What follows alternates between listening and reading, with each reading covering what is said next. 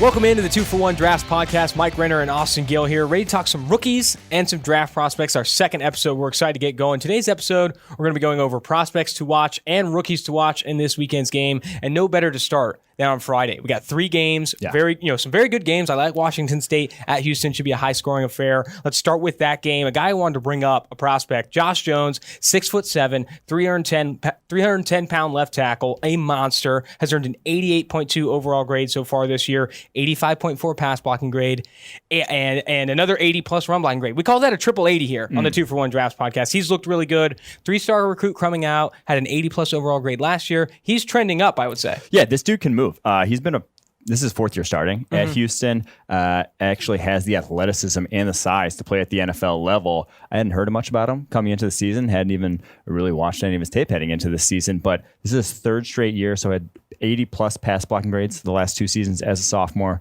as a junior. Wow. I think I'm not going to say a first-round prospect. I think he's a second, third-round type of prospect at this point with what I've seen on his tape. He is that athletic, has that pass protection prowess, and as we've seen this year, that triple 80. He's gotten better every single year. There's a lot to like about this guy. At 4-year starter, like you said, and he's a 3-star recruit. This is a guy that came into camp like, whoa, this guy can actually play, and I think it's going to be exciting to see him. A lot of, Houston throws the ball a ton. He's going to get a lot of those pass blocking sets. It'll be nice to watch him again at Washington State. Other side of the ball, a guy I really like, Easop Winston Jr., Washington State wide receiver, 6'2", 192 pounds. This kid's got some juice. JUCO transfer from San Francisco's City College. I watched him last year against press coverage, sorted down in the filters to watch the film, press coverage. Looked very good at the line of scrimmage, has some nice releases. In that Mike Leach scheme, you're going to get a ton of production. I kind of threw that out the window. Let's see this kid on film, and he looks like he has something there. And to see him already earning an 84.5 receiving grade so far, I'm going to go back to the tape on him and watch him some more. The one thing I love about Mike Leach offenses or just, some of these pass happy offenses is you get to actually practice. It is actually more practice than you're getting at a school where maybe they aren't throwing the ball around the yard. Maybe you're blocking half the time, and those reps actually matter. You get better. There's so much development that does happen in college. If you're passing the ball 700 times a year and getting targeted 100, 120, 130, that practice is invaluable, I think, when translating to the next level. Absolutely. Going to Boston College versus Kansas. This is a funny name to bring up. I bring up A.J. Dillon, the running back for Boston College. 6 foot, 250 pounds. I was like, you know what? Great idea for a new segment. We go beer belly segment because this kid's got to be fat. 6 foot, 250, there's no way. And you brought that up, and I was like, I don't think he's actually fat. Like, this guy runs a 4.4. I'm pretty sure he's probably pretty yoked. So then I type in prospect name shirtless for the 6th time this week. No, A.J. Dillon shirtless. This guy is jacked. Yeah. Absolutely jacked. He's not, cancel the Bill Bradley segment. A.J. Dillon's a legit, stacked 250 pounds. He's earned a 78.0 over rushing grade in 2017, 72.5 in 2018. Has started to look good this year. He's averaged 0.2 forced missed tackles per carry every year of his career. And now you look at, he's averaging under 3 yards after contact per attempt this year. You'd like to see him bring that up. But with him, he needs to improve as a receiver, I think, if he's going to be a legit prospect in the NFL. Yeah, I think the 2 biggest things with him are, 1, his receiving ability. Is just not up to snuff at the point, has not been utilized in a receiving role whatsoever. And 2, he just can't make the sort of cuts you want to see from the running back position. He's just so rounded in his cuts. He's rounded, explosive. Yeah, there we go. His cuts are rounded in terms of just he gets out, he's going one way, getting out in the outside zone type of play. He can't make that quick one cut, get upfield. It's a rounded. He just doesn't have that sort of explosiveness left or right. He has explosiveness in a straight line, and at the running back position today's NFL, it's not going to do you much good. Going to UNC versus Wake Forest, kind of a breakout name, under the radar name against 2 teams that maybe not a ton of draft scouts are watching just because not a ton of prospect value here. But Carlos Basham Jr. of Wake Forest, a redshirt junior, 6'5", 275 pounds. And when you pop on the tape, this guy's got some legit speed. He looks pretty quick for his size. He played basketball at the high school level, played tight end at the high school level, and you kind of see that athleticism with him. 88.4 pass rush grade so far this year, 12 pressures, absolutely brutalized Utah State. Now he's going against UNC, Power 5 competition. This guy has a good game on Friday when no one else is watching anything. Could start to break out a little bit. I was going to say, this is my prospect. If you're going to watch any prospect on Friday night, watch Carlos Basham Jr. Had 52 pressures last year, but rushed the passer 406 times. Wow. He was basically out there every single snap for that Wake Forest defense. But this year, as sort of his efficiency is taken to the next level, and he is explosive. Like I said, 6'4", 6'5", 275, and actually pops off the line of scrimmage. When I first saw him, I thought maybe he was in the 250 range because that's how he moved. That's how explosive he was. Already 12 pressures. And if he does it against real tackles here, I say real tackles, I mean UNC's tackles aren't necessarily great draft prospects, but like real comparatively to Rice and Utah State. So I do think this would be a good matchup for him to basically get a barometer of where he really is as a prospect. Again, best thing about PFF grades here, you see his 88.4 pass rush grade, 12 pressures, over 50 pressures last year. Let's pop on the tape. You instantly throw up the tape. You see a 6'5", 275-pound guy looking athletic and quick out of his breaks. Instantly, he's got to start looking at this guy a little bit more. Excited to watch him Friday night. Now, prospects to watch overall on the weekend. A lot of good games this weekend. What's on tap? What's on tap? The new segment, What's on tap? Playing on that 2-for-1 drafts. And with this one, there's still some cupcake matchups. I think we start with offensive tackle, Andrew Thomas, Tristan Wirfs, Travis Bruffy of Texas Tech, Scott France of Kansas State. All of these guys highly graded in PFF. Wait, you did not just put Andrew Thomas in the cupcake matchups. He's in the cupcake matchups. Arkansas State? Okay, you're just William Bradley King from Arkansas State. Get to know this name. Edge defender there, 91.3 pass rushing grade last season on 319 snaps. So limited sample size, but got after it. Already an 85.5 pass rushing grade this season, is playing more, already 60 pass rushing snaps this year. Quick, has a handful of pass rushing moves. If he goes against Andrew Thomas, they go one-on-one. So he splits sides. He'll go left side and right side. So it's not going to be every snap against Andrew Thomas, but on the ones they do, watch out for this guy. I think this will be one of his toughest matchups he'll face all year. The dude actually has some quicks, actually has some moves. That's what you want to see from Andrew Thomas, because in that Georgia offense, does not get challenged in pass protection. And they just run so much and do so much play action and so much have a tight end on his side that he's not getting the same, what we like to call true pass blocking sets that a lot of other tackles in this class are. And I think, to me, that's very worrisome when projecting the next level, because you want to see, it goes back to what I even talked about earlier in the Washington State thing. You want to see a guy have the reps. You want to see him do the pass block at a high level over a large sample size to feel comfortable about it. Doing it on a small sample size, you're just not you just don't have that comfort in the projectability of that sample size. Bringing up true pass sets, you got to bring up Andre Dillard. I mean, this is a guy, it's a perfect example with Washington State, had a ton of true pass sets, looked great doing them, had a very high pass blocking grade here at PFF, and already looked like, in the preseason, one of the best pass protecting offensive tackles in the NFL. Yeah, so the last year in the draft class, Andre Dillard had by far the most true pass blocking sets of any of the tackles, something like 5 times over the course of his career, that of Juwan Taylor. And you can watch them both on tape and watch them say, Taylor looks good in pass, but they both look good in pass pro. One guy's looked good for 4 years of it on 800 plus pass blocking snaps. One guy's done it for 100. That to me is a huge sort of like I said, the sample size, we go to our analytics team all the time. The more sample size you can get, the bigger sample size you can get, the more you can see something done, the better you feel about it being repeatable, being projectable to the next level. 100%. I brought up Scott France. I know that's a guy you like, Kansas State. He's got a cupcake matchup. I know they're going against Mississippi State. Mississippi State doesn't have a lot of talent at edge rush. I think Scott France still dominates that matchup, though. But the thing is, he's another one who, the true pass set numbers from this already this year, he only has 7 true pass sets, Scott France, this season. Andrew Thomas has 20. Tristan Wirfs, another guy in that Iowa offense that gets protected, he has 24. And then you go to the guys that you feel better about. Samuel Cosme at Texas has already 51 true pass blocking sets. When you see a guy do it and grade highly on those 51 pass blocking sets, all of a sudden you feel a lot better about his projection to the next level. So those numbers, to me, are worrisome when you're on the low end. You have to be lights out if you're on the low end. So that's why Thomas, if he goes lights out against William Bradley King, maybe we'll buy in a little more. I'm already pretty bought in, though. He's been very, very good on his limited sample. You overlooked my guy, Bruffy. Bruffy out of Texas Tech. All-name team, 41 true pass sets so far. He's got a great run blocking grade and pass blocking grade. Watched a little bit of his film. He's bodying guys on some down blocks at left tackle for Texas State. He's a name to watch for me, largely because I love that name, Bruffy. I'm all in on Bruffy, for sure. So we'll see how he goes. Cupcake matchup for Texas Tech. All the offensive tackles, really, except for William Bradley King, Ron Hing Bingham 2.0. Okay, don't put that on him. Ron Hing Bingham was like 220 pounds, the Arkansas State edge defender from last year, and only had a spin move. This is a little different. 248 pounds, has a spin move also, but another move as well. So great. Another guy, Power 5 competition coming up for Kylan Hill, Mississippi State. He's Yes. Forced a ton of missed tackles so far, a lot of which against Southern Miss. He's the highest graded running back in college football right now, according to PFF's grades.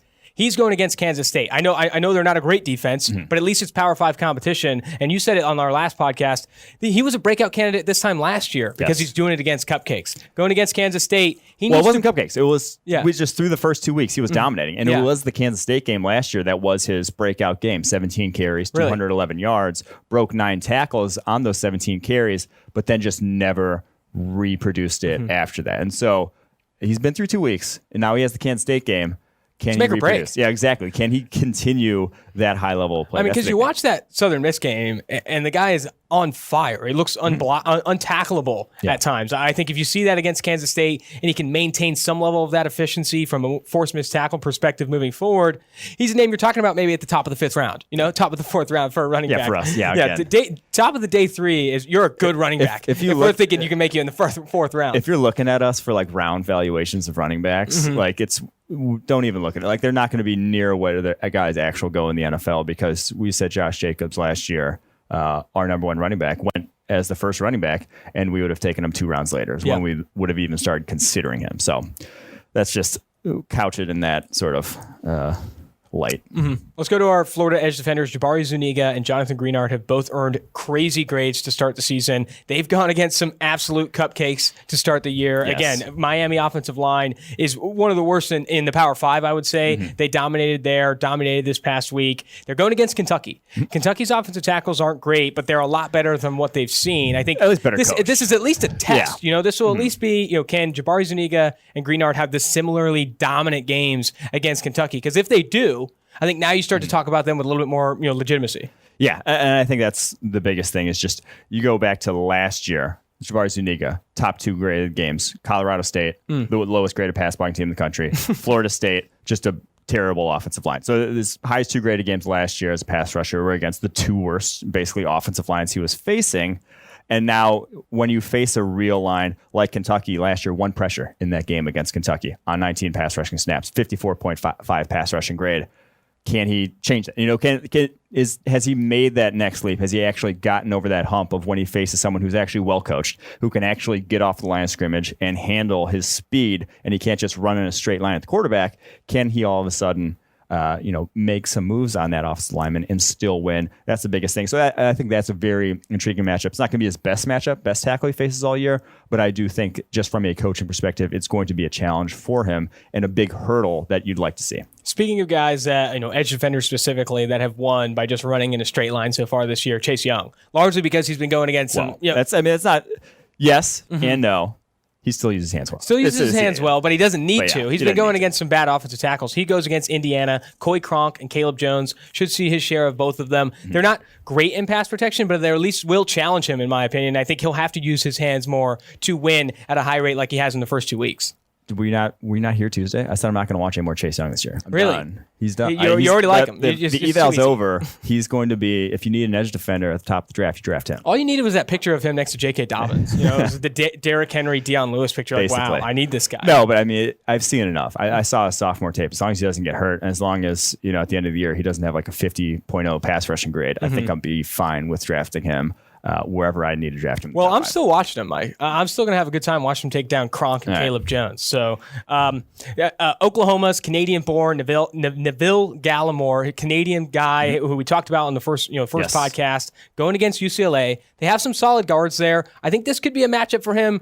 A test. Again, another test. He's gone against some easy competition to start. I think this would be a test for Gallimore to see if he can improve and stay with that high pass rush grade. Yeah, I think a lot of the guys who have beaten up on cupcakes, to keep reusing that term, early on in the season, once they go up against at least someone who's a better coached offensive line and a better coached team. Now, actually, that's debatable in UCLA's case at this point, but I do think that he's at least going up against better competition than Houston, South Dakota, which he beat up the first 2 weeks of the season. So, and he was another guy who I mentioned being freak athlete, and you can get by on freak athleticism against terrible offensive linemen. Can you do it against someone who actually has technique? That'll be a good matchup to watch. Another good litmus test for a guy like that. In that same game, CeeDee Lamb potentially could be going against Darnay Holmes, a corner we loved a lot going into this year. He hasn't played yet. Didn't play against San Diego State this past week. Didn't play in UCLA's first game.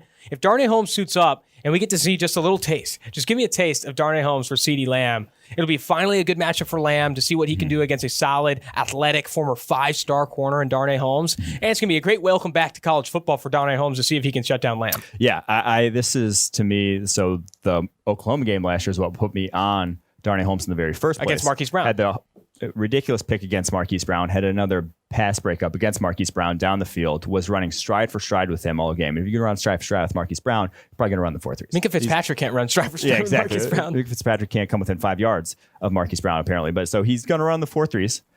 He got sauced against Dillon Mitchell last year in the Oregon game. I love the verb sauced, by the way. It works so many ways. It was bad. That game was bad for him.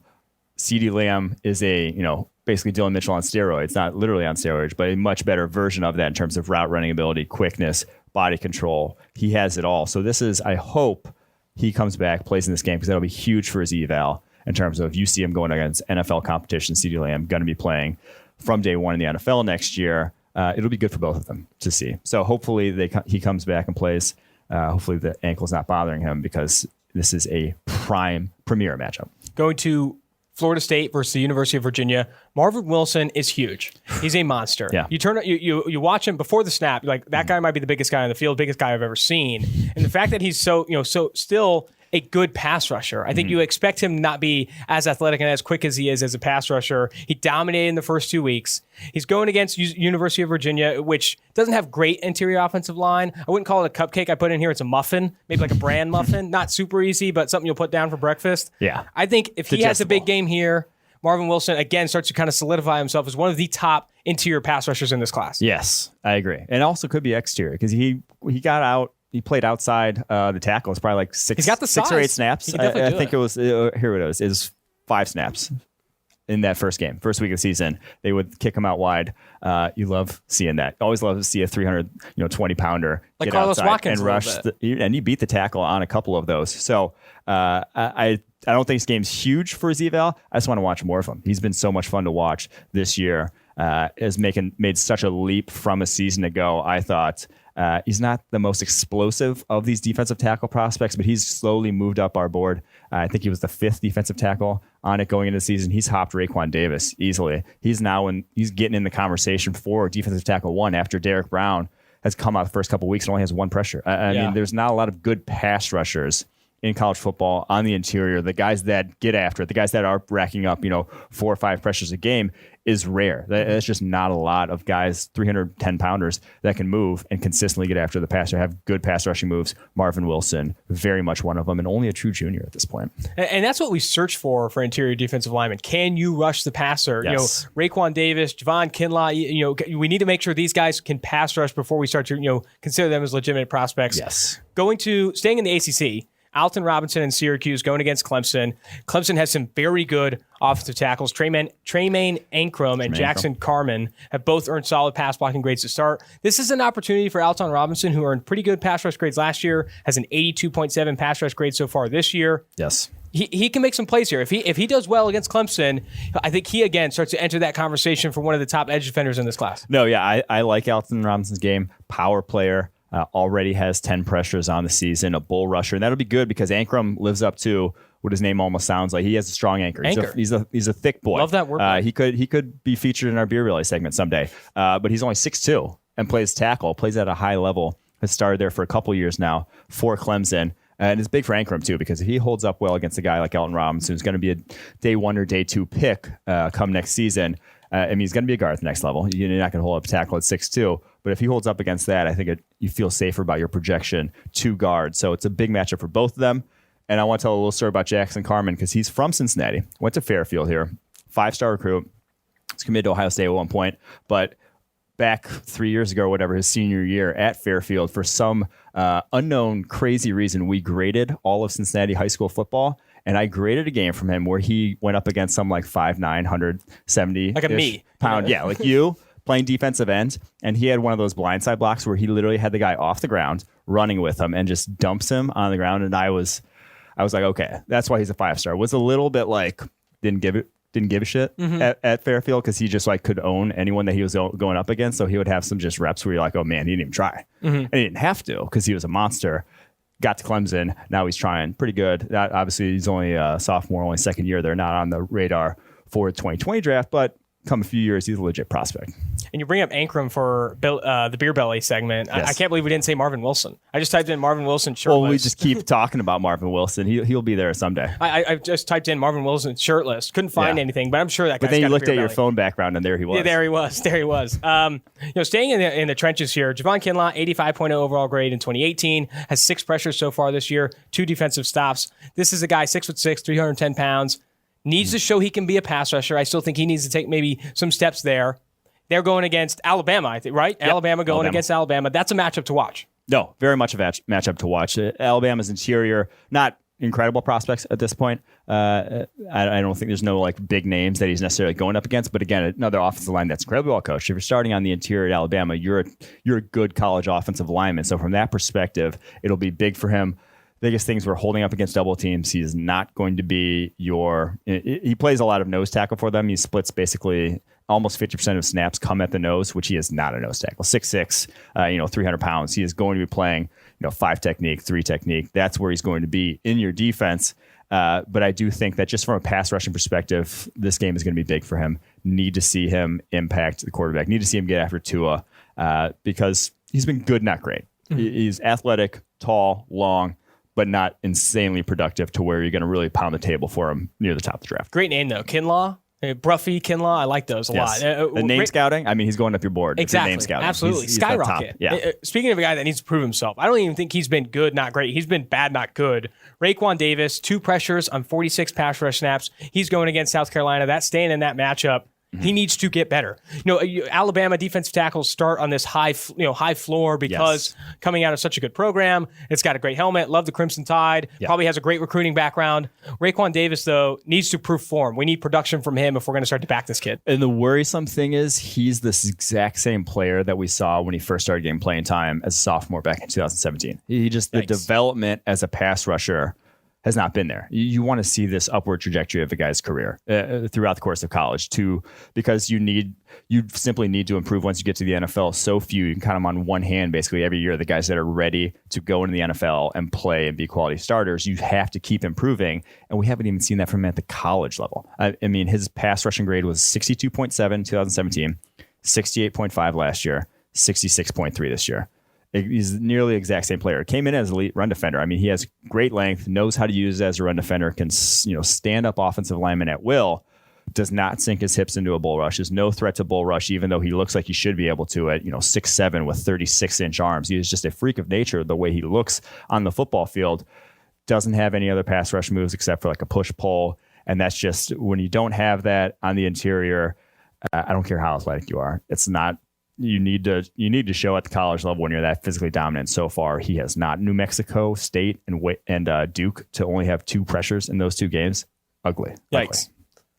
Last prospect matchup to watch before we go into the rookies to watch. North Texas, Mason Fine in North Texas going against a guy I really like out of Cal, Ashton Davis, the safety, super fast. This guy had a huge track background, didn't play any defense in high school, goes to Cal on a track scholarship, emails the athletic director asking if he can do a tryout. 1 tryout later, kid's got a jersey, and now he's one of the highest graded, defensive backs in college football this past year. Legitimate speed, legitimate quicks. I think he's broken records as a high hurdler.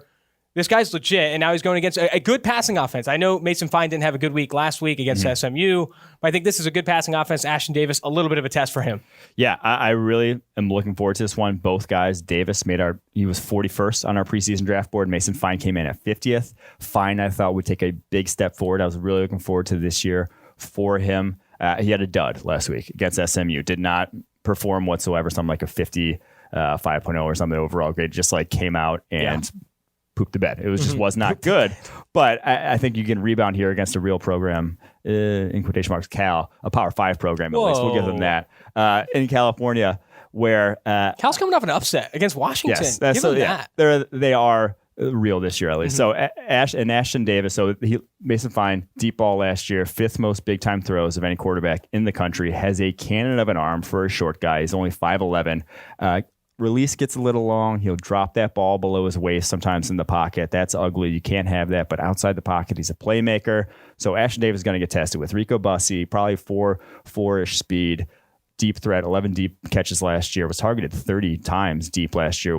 They pump him the ball down the field. So Ashtyn Davis plays over 50% of his snaps is basically a deep middle safety. That is because his role. He can. Because his range from the middle of the field to the sidelines is absurd. So love this matchup. It might not be one that you're going to be able to actually evaluate until you see the All-22. If you're watching the TV copy, it's probably going to be a pretty boring matchup, in fact. But those handful of times where they do go deep, you're going to love. It's going to be very indicative, very good for Ashtyn Davis's eval going forward. That sums up our prospects to watch. Let's dive into some rookies. Yes. Starting with, and this is a guy we've hammered on podcasts, videos here at PFF. Marquis Brown had 147 receiving yards and 2 touchdowns on 8 routes.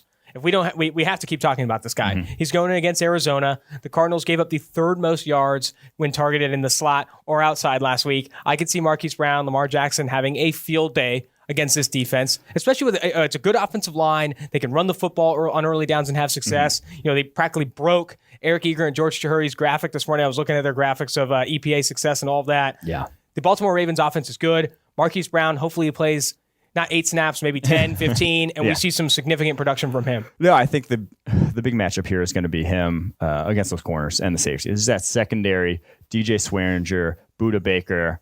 I think that's a solid safety tandem. I think it's a little better than what he saw maybe at Miami. So I just think that matchup, and Byron Murphy, another rookie, I think is well set up to guard someone like Hollywood Brown from a shiftiness perspective, but he ran the 4.5s. You can't hold Marquis Brown's jock if in terms of straight line speed. So those will be interesting matchups to watch. Just let's see a little more of Marquis Brown. They're great, as good as you can possibly do on those 8 snaps. Let's see 20 and see how it goes from there. Gardner Minshew going into week 2 as the starter for the Jacksonville Jaguars. I got to preface this conversation as him as a player to watch. He's a guy I had an opportunity to interview before the draft.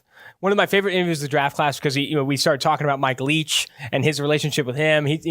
As expected, Mike Leach is so fun off the field. He told me some great stories about Mike Leach. This guy's a super cool guy. Did not expect to start. He told me, I know I'm not going to get drafted in the first round, though I think I should be in the conversation, but I need to be the most prepared for when I get called on. Well, he got called on in week 1, and now he's going into week 2 with one of the highest grades in football right now, according to PFF's grades. Minshew, we talked about this on the first podcast, doesn't have a great arm. Not great arm talent. I would say bad arm talent. Yeah. But he throws with anticipation, is accurate with the football, doesn't make a ton of bad decisions. I'm maybe not predicting an upset here, but I think Gardner Minshew could have some success that maybe people aren't expecting. I think Minshew's sort of how he performs this year and then going forward, just how he does in the NFL is going to be huge for just how we evaluate the quarterback position going forward. So for the vast majority of NFL history, arm strength has probably been, it's been like 1A or 1B in terms of the most important thing for a quarterback. The game, though, has evolved so much. The game doesn't look anything like it did even a decade ago, 2008, 2009. Offenses are so different in terms of what you're expected to do at the quarterback position. Maybe you can lead high-level offenses with what was thought to be before this, below the baseline of what you needed in terms of arm strength at the quarterback position. Maybe that's completely feasible with the way NFL offenses are trending. Maybe you can still do that with just a guy who's accurate, makes good decisions with the football.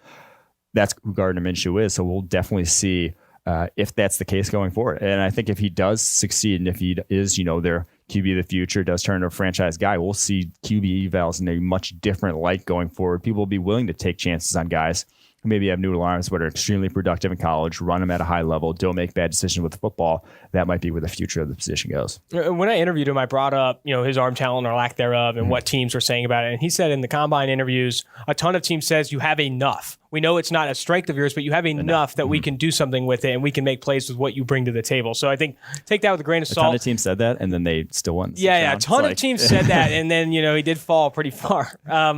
Going to Terry McLaurin, Washington, he played a ton of snaps. I think that was a big takeaway for me. Played a ton of snaps for this team. I think they want to lean on him. Someone has to. Yeah, the Redskins. They got rid of. Josh Dotson's no longer there, and even if he was, he'd probably be benched. Yeah. But McLaurin played a ton of snaps. I think he's going to continue to see a lot of targets. He goes against a Dallas Cowboys secondary that's very good. They could be getting Byron Jones back. Chidobe Awuzie has had a good week last week. Same with Jordan Lewis. This is a test for him. I think if he has another similar box score production in week 2, I think you're going to have to start talking about this guy a little bit more. No, yeah, this would be a great test for him. This is one of the best matchups of the weekend for me because he is almost de facto their number 1 receiver at this point. They have Paul Richardson, Trey Quinn. Yeah, guys, you're getting snaps. It's like 7th rounder last year, Paul Richardson. Obviously never been an extremely productive wide receiver that he signed from Seattle. He has like one spectacular catch a year. Okay. And he almost had a spectacular catch. Oh, that's right. Yeah, his foot went out of bounds late. Wow, that's right. But yeah, McLaurin, I do think he'll probably see the most targets in that offense. And he was beating single coverage, this past week against the Eagles. A lot of encouraging stuff from him. So, but if he's going to do it against Byron Jones, a little different animal than what he saw with the Eagles corner. So I do think very good. If you can get, off Byron Jones press, get open down the field again, real deal. You're looking at like a guy who could be a number 1 receiver right off the bat, if that is the case.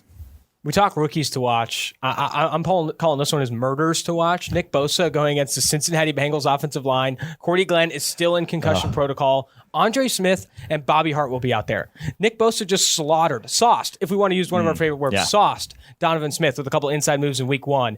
Bosa goes into week 2. It's like even if the ankle is bad, I don't care. Even if the ankle is still bad, going against Andre Smith and Bobby Hart, you could see an absolute destructive game by Nick Bosa here. Yeah, Andre Smith was bad at his normal position, right tackle, and now we're making him flip sides and switch everything around. It's not going to go well for him. This one looks like they have to have a game plan for that in terms of chips, whatnot. So get the ball out quick. You go up against Donovan Smith, you think that should be like your easy matchup. No, it's getting easier for him. So this one, Nick Bosa, he's not going to have his welcome to the NFL moment just yet. Mm-hmm. Ed Oliver tossed the guy in week 1, had a great highlight against the New York Jets, threw a guard to the side. But I want to see more from him. Yeah. I want to see a little bit more pass rush production. He's going against Will Hernandez, Jalapeno, and the New York Giants. This is an opportunity, again, another test. I think that this is a test. It's a sneaky good interior. I mean, this is one of the better interiors he's going to face this season. So if he's ready to play, ready to perform at an NFL level, you're going to see it this game. I mean, if he's looks like he's legit, this will be a game that really, like I said, 79.5 pass rushing grade last week. If you can do that again against this interior, that's pretty special. This is a rookie that a lot of people, I think, forgot about because the Sunday slate kind of took over. But Thursday, Darnell Savage had a pretty great debut against the Chicago Bears. Looked very quick out of his breaks, as we saw at Maryland. Looks like he can hold his own with NFL speed. He's, him going into this week 2 matchup, we haven't seen him in a while. Feels like a long time since he did play on Thursday. Excited to see more of Darnell Savage. Yes, I'm very excited because he had a couple of just routes he jumped. One still got caught, but he was right there at the catch point on underneath a little hitch route. Broke up the pass intended for, I believe it was Robinson there in the middle of the field on a 3rd down. Now he was going up against Mr. Trubisky, which... Yeah.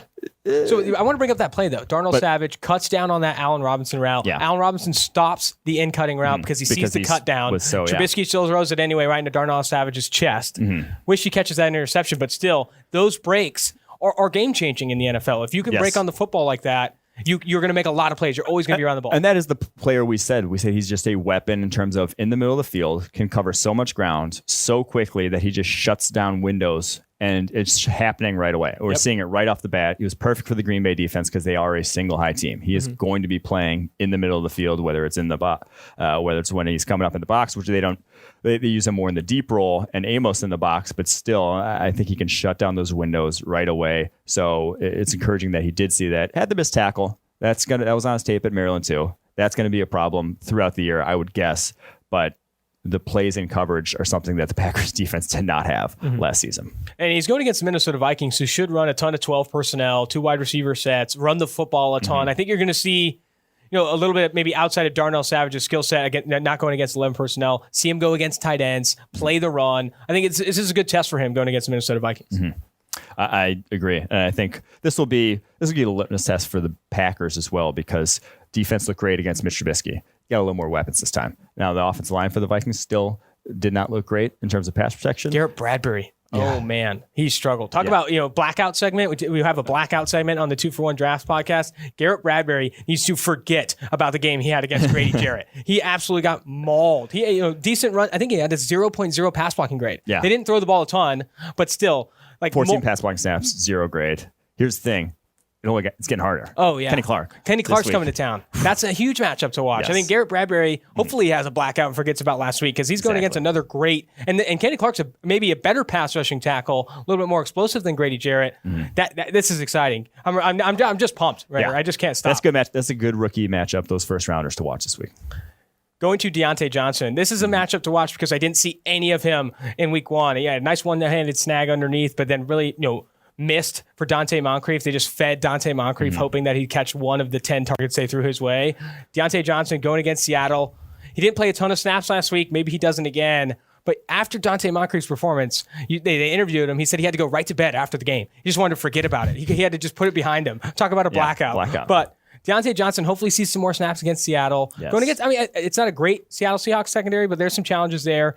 He needs to see more snaps, maybe pull away from what Dante Moncrief is taking from him. I just need to see more of this guy. Yeah, I don't think Steelers are going to overreact and all of a sudden just bench Dante Moncrief. But I do think as the season wears on, they're going to find out what pretty much every other team that's had Dante Moncrief found out, that is just not super effective number 2 wide receiver. So I do hope Deante Johnson gets to see more snaps. 24 this past week. A lot of that was because, they were just throwing the whole second half because they were down.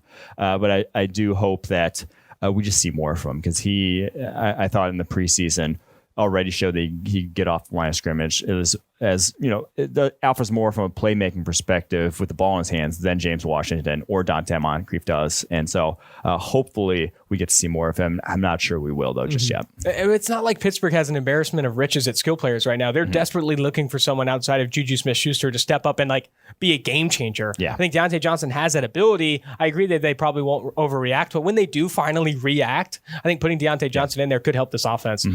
Last rookie to watch, and then we'll dive into our segments. Miles Sanders, he led the team in offensive snap share in week 1. He's going against an Atlanta Falcons defense led by that Grady Jarrett, who absolutely wrecked Garrett Bradbury in week 1. Yeah. Great run defender in Jarrett. Sanders didn't get off to a great start in week 1, but I think this is a guy. The rest of the Falcons defense. Yeah, the rest of the Falcons defense. That's Grady Jarrett. The rest is pretty rough at this point. I think there's a chance, though, with Miles Sanders going against this defense. I think maybe getting more involved in the receiving game and see what this guy can do. Yeah, 10 carries. 18 yards, 24 yards after contact, though. Wow. So he was getting hit behind the line of scrimmage. There's not a lot of opportunity there for him. That's still pretty good, though. 2.4 yards after contact when you're getting hit in the backfield on most plays. That's pretty good. So I do think what we saw from him was at least encouraging, even if the numbers themselves weren't great. So I do hope a little softer matchup. That Falcons defensive line just doesn't have enough beef. That front seven is just so slightly built. They're built to play sideline to sideline, not to be punched in the mouth. And I think in this game, Philadelphia Eagles know that offensive line there that can punch you in the mouth. So this will be a good matchup. This is a favorable matchup for Sanders, at least. If it doesn't produce here, then we can maybe hit the panic button a little bit. Going to the beer belly. We mentioned some beer belly candidates. Yes, I thought A.J. Dillon possibly found out he's jacked. Mentioned Marvin Wilson. I think that's a good candidate. Here you have Michael Onwenu. Michigan guard. He has not a lot of pressure through 2 weeks. And he's graded out actually better in recent years than left guard Ben Bredesen, who gets a lot of the hype there for the Michigan offensive line because he's 4-year starter, which 4-year starter at Blue Blood program means you're a top prospect. That's not quite the case. Bredesen is not high on our board. Another guy like Tommy Kramer at Notre Dame, multiple-year starter, not high on our board. I think will be proven to be sort of right on both those guys. I don't see it with them, but Onwenu offers a little more. Now he's 350 pounds and moves about like you'd expect a 350-pounder to move. Beer belly. I mean, he's a beer belly. But I love his technique in pass pro. He has a deadening punch. I mean, he just murders some undersized defensive linemen. Now he was going up against Army, which they're all undersized. And, those are not big DTs. You should be able to do that. But highest pass blocking grade among Power 5 guards at the moment. Encouraging start from him. He's our beer belly of the week. Nice. Now, last segment to end the podcast. We call it our chug segment, where we just chug down a podcast. A good one for this segment. Chug down a prospect. Chug down a prospect. Walker Little. I'm sorry. Stanford offensive tackle goes down with an injury. His season's over. Yes. Let's talk about this guy. If he is coming out this year, what do you know about him? What's going on? Yeah, so Walker Little, true junior, was a 5-star all-everything coming out of Texas, one of the top prospects in the nation, goes to Stanford, plays right away, 349 snaps that freshman year, 790 snaps this past season, 2018. I thought, though, on his tape, graded out fairly well in pass pro. I thought on his tape early in the year, he had some hitches in his pass sets. He would when in pass pro, you want to explode backwards out of the set. You want, to explode off that front foot. He would pull his back foot up, put it right back down so he could jump off that back foot as well. Oh, wow. You don't want that. That's a hitch that's going to get exposed. You want to, and I think that over the course of last season, you saw it less and less. And then this season, I didn't see it all week one against Northwestern in his game. That was huge to see. Played very well in pass protection in that game. I thought he looked like a first rounder. I was borderline on him. He was still our number 2 tackle heading into the season. top number 20 on our draft board, but I thought he was a borderline first rounder. I didn't necessarily see it just in terms of that tape. It wasn't necessarily a first round tape, but he was one of the freaks coming out of high school in terms of spark testing. He had the highest spark test of any offensive lineman in his recruiting class. He was recruited by pretty much everyone. He was one of those highly recruited players in the country when he came out. And he has ridiculously strong anchor, incredibly powerful man. And there's some short yardage situations where he gets in this 4-point stance and he just flies three yards right off the ball because he is so explosive. But I don't love his angles in the run game. He just slips off a ton of blocks because he is just not approaching them correctly. Won't say square on them, and all of a sudden, a guy's on his side and he's losing it. So this tape that I've seen from him here, the one game against Northwestern, I don't think he's going to declare. I would say right now, I don't think he's going to come out just because at the NFL level, you want to see a guy have done it at a high level. He's not going to finish the year with a ton of true pass sets. Exactly. Let's say that. Well, yeah, you're just not going to see. You're not going to draft a guy high in the first round just based off pure potential. You want to see him dominating at the college level, and he just hasn't dominated for much more than just this past game against Northwestern. It was a pretty dominant performance pass pro, but he hasn't done it any more than that. Was not necessarily dominant tape as a sophomore. So that, to me, that's where I am on him. Obviously, it's up to him whether he wants to declare or not. Probably will still be a first rounder if he did. Probably more towards the back. If he comes back, he's got the pedigree. I mean, pedigree's so big. People love that upside, how big he is, how athletic he is, the recruiting background. People go all in on this kid if he declared. Yes. But I do agree with you. Gain some experience, get your true pass sets in a pro style offense at Stanford. Yeah. I think coming back makes a ton of sense. And so Stanford used to be probably 3 or 4 years ago. They would be a ton of play action. You wouldn't see a guy go 1-on-1 a lot. That's changed. They passed about as much as anyone in the nation last year. With KJ Costello at quarterback. That was a pass-happy offense. Looks to be again this season, or I think they've basically changed up that philosophy. They're not that run-first team that they had always been in years past. So I think coming back would be the right decision for him, and he could feasibly be 2021 draft, top 10, top 5 sort of player. What an absolute chug to finish the podcast. Chug, that went down smooth. That was nice. That was very nice.